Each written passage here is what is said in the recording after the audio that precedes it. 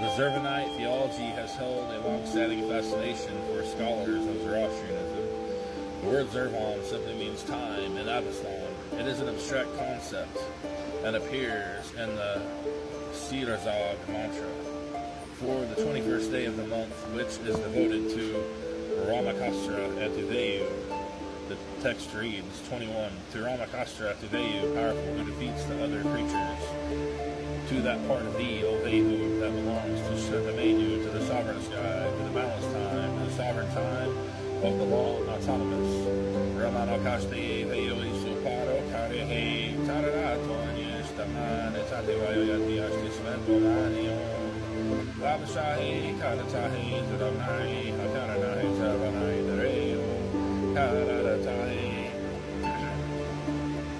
It should be noted that this text, where I have set the word for time in boldface type, is the Younger Avestan and was composed during the time of the Achaemenid Empire, centuries before there was any Zurvanite cult in Iran. In many ways, Zurvan can be compared to the Germanic concept of word on Arthur. Both have to do with the mysterious effects of time on creation. It could easily be seen that under different circumstances, the ancient Germanic peoples might have created a cult of weird to attempt to manipulate the power and effect of time on the lives of individual souls. This is what the cult of Zurvan attempted to do. It is generally thought that Zurvanism developed as a response to Greco-Roman thought sometime during the Parthian period. The Greeks and Romans were fascinated with astrology and the mechanisms of fate and fortune. Many thinkers in the classical world believed that a man's destiny was written and that his fate was sealed.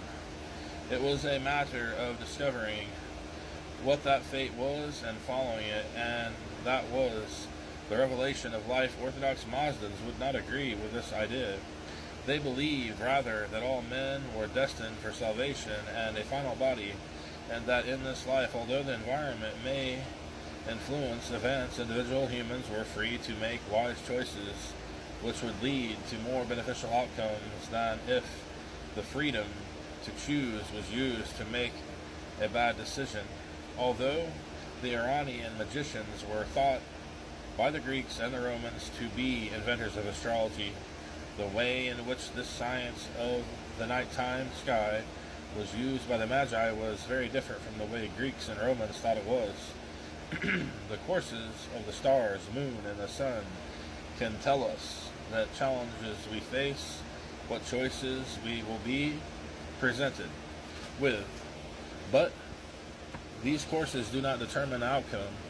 That is a matter of will and consciousness.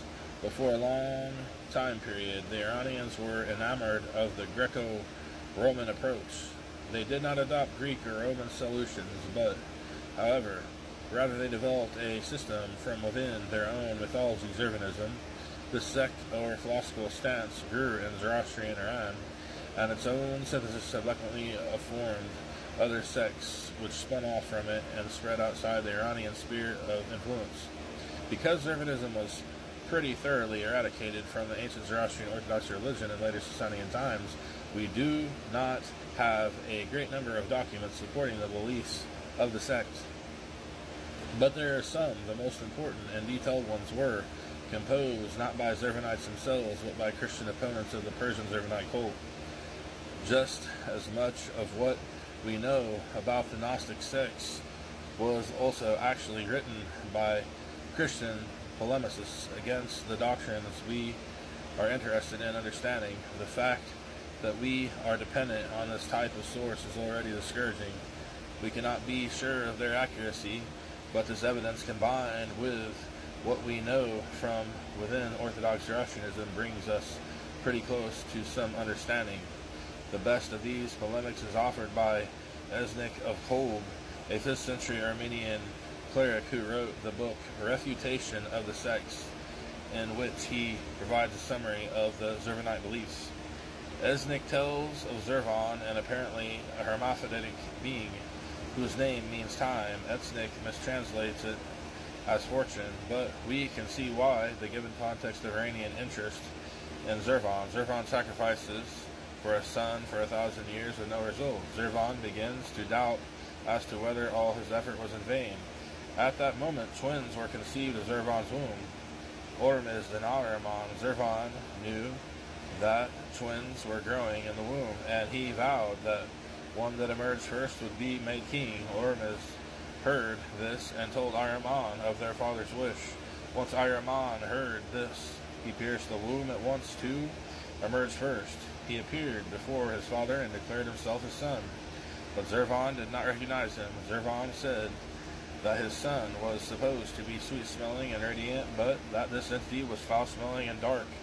As they spoke, Ormuzd emerged sweet-smelling and radiant. Zurvan at once handed Ormuzd a bundle of ritual sticks, the barsam he used in sacrificing, and told Ormuzd that he was his son, and that now he was to sacrifice for him just as he had sacrificed for Ormuzd. Ahriman objects and holds Zurvan to the vow that made to make the firstborn King. Zurvan acquiesced and appointed a time of 9,000 years in which Ahriman would rule as king. Under Ormuzd's supervision, Zurvan further stipulated to that after the 9,000 years appointed time, Ormuzd would be made king to do as he wished. At the point, the two brothers began to create and counter-create, and everything that Ormuzd made was good and straight, and everything Ahriman made was evil and crooked. After giving this account, Esnik proceeds to refute the doctrines of Zurvanism as he sees them. Interestingly, these objections are close to the ones offered by Orthodox Muslims and Zoroastrians against Zurvanism. He says that Zurvan cannot be the ultimate God because of the doubts shown, nor can Ormuzd, as depicted here, be a wise God, because he shows a lack of foresight in informing Ahriman of the Zurvan's intentions, etc. Esnik goes on to criticize belief in astrology, etc., as these were important parts of Zurvanite and Greco-Roman thought of the day. In all this he is correct, of course. If he was an Orthodox Christian, he would have to explain why his own God is shown to be jealous, wrathful, and fearful. Neither traits becoming an absolute deity. Esnik's own Armenian Christianity was probably heavily influenced by Orthodox Zoroastrian philosophical ideas regarding the character of deity. If we put Zurvanite theology into a schematic diagram, it would appear something like this.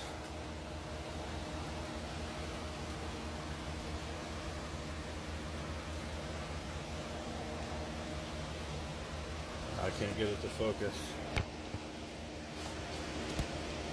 Anyways, it shows a triangle. Zurvan at the top, Ormuzd down here, Ahriman there, and then those two are facing each other at the bottom, and then Mitra is below it. In the philosophy-grounded doctrine of actual Zoroastrian theology, Ahriman and Ahriman have different origins. They both come from the void, Pa, Tuki, and Ahriman is positive, complete, and radiant with light, whereas Ahriman is negative, broken, and a shattered reality. Simply put, since we can all see that things such as ignorance, weakness, poverty exist, all know that they cannot be ascribed to divinity, they must have one another origin, i.e. the devas. This is more a matter of logic and philosophy than it is the more usual representation of the scheme above would be. Okay, it's showing her Mazda here, then it comes down to Spenta Menu, it goes down Mitra, and then there's a circle over to the right with an arrow going here on all four sides with Angra Manu in the middle.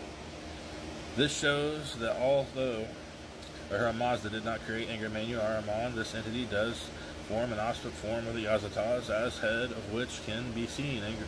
Spenta Manu, holy mentality spirit. The true meaning of Angra Manu is destructive mentality. Mitra is always seen as the intercessor between humanity and the Yazatas. Although Zurvanism has fascinated Western scholars, as a matter of fact, the true nature of the sect remains unknown.